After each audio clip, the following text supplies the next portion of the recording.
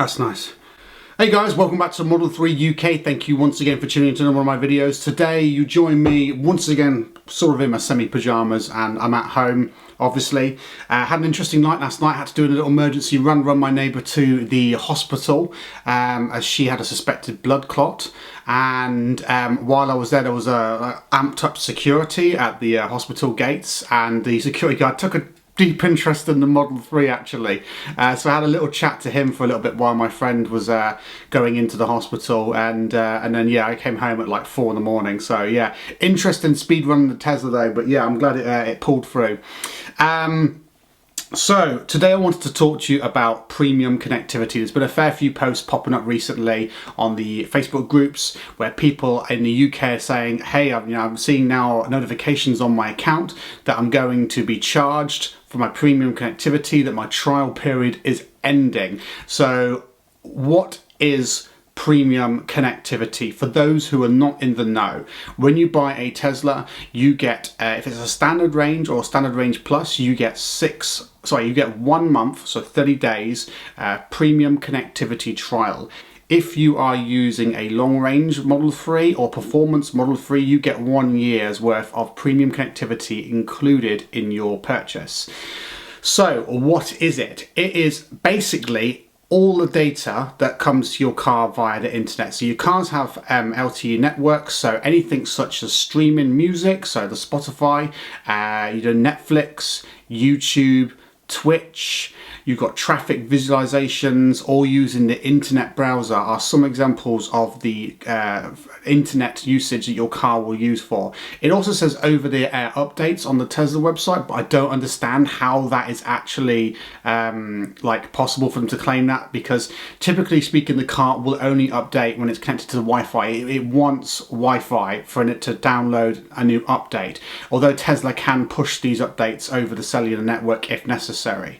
So going into a bit more detail then, what is premium connectivity? You get, with premium connectivity in your car, live traffic visualizations. That's a bit like the Google Maps where you can see the colors on the road. So if it's like orange, it means there's a bit of traffic, and if it's red, it means there's a lot of traffic. So you can see that. Now, the car will actually still navigate without that, and it will actually take into account traffic, but it just won't show you where that traffic is. So if you navigate somewhere and it's taking you a funny route and you're thinking, why is that? You don't have premium connectivity. It may be because it knows that going on that normal route is going to take longer because of heavy traffic, and that it'll take you a different route. But you won't know that because you won't be able to see that unless you compare it with Google Maps, and that's when things start getting faffy. So if you want everything all in one, you're going to need the premium package so you can look at it on the actual car screen. It also includes satellite view maps. Now that's a bit of a 6 and 2 3s for some people. Some people just don't need it. Just, it looks pretty, but that's about it. There's no other use for it. Other people really like it and would say, yeah, I use that all the time. So some people I know do use the satellite maps. Some people I know don't like it at all because they find it a distraction whilst driving. So that's down to preference really, whether you want that feature or not. You also get video streaming. So again, that's Netflix, YouTube and Twitch. So that is something that you may or may not use regularly, but that comes down to personal preference, and we'll go into that in a bit more detail in just a moment. You also have karaoke, which I never ever use. So I'm just going to be honest with you, I don't ever use it. Then again, now I'm typically the only one in the car, so it's completely useless to me. Music streaming. Now this I do sometimes use a little bit. This is so your Spotify, if you want to use that, which comes in the car. You can find songs and stuff like that, and that is something that I would periodically use. You can then connect to. You can also connect your car to Bluetooth on your phone, and I have Amazon Music as well, so I can use Amazon Music and just stream it straight to my phone via that. So it depends. Typically I only use the Spotify if I am driving and I want to use the voice activation to search for a specific song. Let's say I just suddenly thought of a song I want to listen to, or I caught the end of a song on a radio and I want to listen to it fully through, or on podcasts. That is when I would use the in-car premium connectivity streaming. Oh.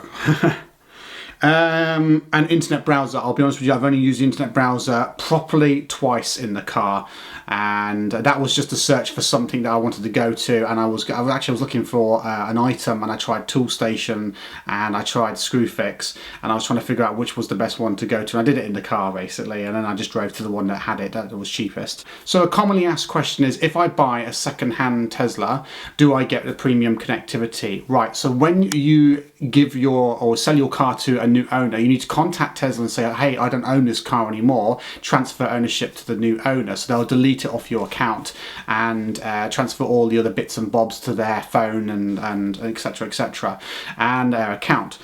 So they will give them 33 days premium connectivity trial again to just try it out, and then obviously after that it's a pay for subscription from that point onwards. Another question is, can I use my phone as a hotspot? The answer is yes, you can use your phone as a Wi-Fi hotspot. However, that is also down to what your provider, your network provider, allows you to hotspot stream. So if it's streaming movies, then some providers will say no, you can't stream a movie via your phone as a hotspot. You can send emails, you can do internet browsing, you can send text messages, etc., but that's as far as it goes. So that would be down to your provider. You'd need to check that out before you went into that. And one of the ways you could do that beforehand is you could actually connect your car to your phone's Wi-Fi hotspot that you can create, and then just while you're out and about away from your home, see what you can actually get it to download. Will it play YouTube? Will it play Netflix, etc.? Will it stream podcasts?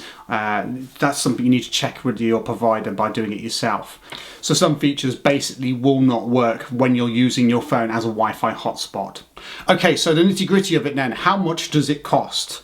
Well, for the UK users, it is now popping up on people's accounts that it's going to be £9.99 per month. So basically £120 a year. This is kind of what we expected. We thought it'd be in the region of £100 to £120 a year. So that's basically come out as we expected it to be. And finally, is it worth it? Well, again, that comes down to you as an individual.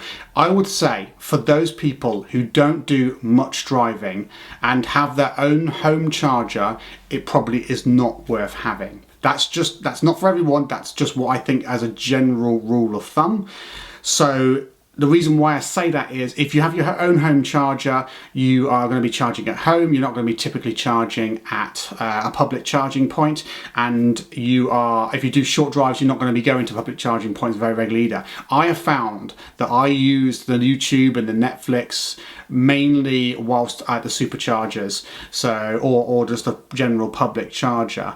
When I first got the car, I lived in a different house to this one, and for several months I did not have a charger at home because I knew I was moving, and I was using the superchargers and public chargers all the time. So I spent a lot of the time just sat in the car, and I could have gone inside, I suppose, to a service station and then maybe gone and got a coffee or something, but obviously that starts to rack up money because they ain't cheap at service stations, you know what I mean?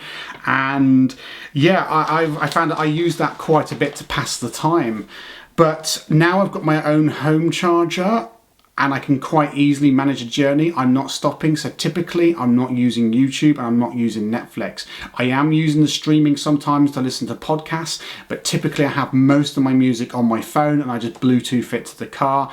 Occasionally I will use the scroll wheel to use the voice command to search for a song or a podcast, or if I have a guest in the car, which is quite rare, but if I do have a guest in the car, I will sometimes say to them, hey, if you want to find yourself a song, go find yourself a song, and they have fun as well, like, you know, punching and searching for it and using that. But so typically speaking, that particular aspect of it, not really using that much. Internet browsing, again, I've only used it twice. I don't see it being that much of a feature, and if I am on the internet browser, again, typically speaking, I am not going to be using that whilst I'm driving. I'm not going to be using that while I'm driving. The only time it's going to be used while driving is if I have a guest in the car and they're trying to find something for us. But again, it's just something I'm not going to typically use, I'd imagine. Live traffic visualization. So again, this is something that's a nicety, but it's not a necessity, if that makes sense. So if I do hit traffic, I can typically on my car just scroll up a little bit, you know, further up the map, and I can see how big that traffic jam is. I know whether I've got like several miles of it or just like 5 minutes worth of traffic, where you can do that legally. But what you can't do is pick up your phone and look on Google Maps to see if you've got a long traffic jam ahead of you or not. So phone, no, but you can touch the screen and that would be legal. Obviously, please do it safely, because if you don't do it safely, that would class as careless driving. So yeah. Always do it in a safe spot, or when you feel comfortable that you are able to do that, such as you're on autopilot on the motorway. But obviously you are still in control, don't forget, you are still responsible and liable for the car's actions. Karaoke. So yeah, to sum up, £120 a year for some niceties and some conveniences, I would say, but it's not something that I think I would use a lot. But for some reason I'm compelled to pay for it and want it, because I know there'll be those little times when I do want it and it's not there.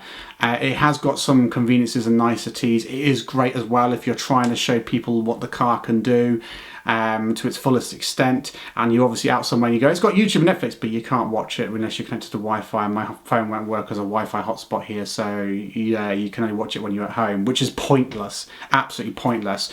But yeah, like I say, if you are someone that does a lot of driving and you do a lot of charging at public chargers and superchargers, I would say yes, the connectivity package is definitely suited for you. If you're doing 15-mile drives to work, you've got a home charger, you're not going to be spending a lot of time sat in the car, I imagine most of the time it's not going to be worth it. If you've got anything like Apple Music or Amazon Music, you can download your podcasts before you go, you can download all your music before you go, and it shouldn't really ever be something that you need. So that sums it up. If you've got any questions, you've got any thoughts, you've got any comments, what do you think, guys? Do you think that the premium connectivity package is worth it? You can cancel it at any time. You can pay your monthly subscription and then cancel it and then just stop paying there, and then it's not a minimum 1-year term. So would you go for it? What do you think? Give me your info on, or your thoughts and your ideas on whether you think the premium connectivity package is worth going for. Have you done it? Are you going to do it? Or are you not bothering with it? I know for older Teslas, Model S's and X's, I forget the exact year and month, but if they've been bought before that particular point, they've got it for life anyway, so it doesn't matter. But yeah, newer cars, they are on a trial period. So yeah, I'd love to hear your thoughts on it, guys. Don't forget to subscribe, like and comment. I really appreciate it. I do read all the comments. If you are looking to buy a new Tesla, and you should use a referral code, just use someone's referral code, because you get 1,000 free supercharger miles. If you don't have a friend who can give you a referral code, and they're pretty much forbidden on most groups to share them, mine will be in the description below. Feel free to use it.